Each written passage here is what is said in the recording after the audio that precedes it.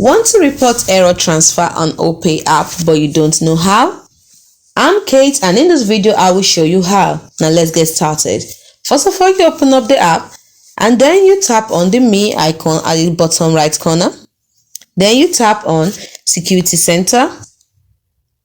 Once it's open up, you tap on Report Error Transfer. So once you tap on that, it will open up reporting instructions or the policy for reporting complaints. You have 15 seconds to read and agree to it.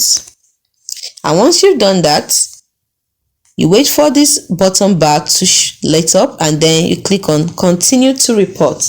Now you have the complaints about erroneous transfer form.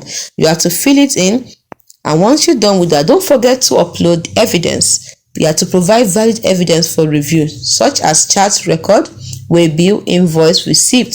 Transaction screenshot is not a valid evidence. And once you've filled up this form, you click on the Submit bar. And once you've done this, that's all it takes to report error transfer on Opay app. I hope you found this video helpful. If you did, we will love it if you hit the thumbs up button and subscribe to our channel. We put up helpful tips and tricks like this one every day. Thanks for watching.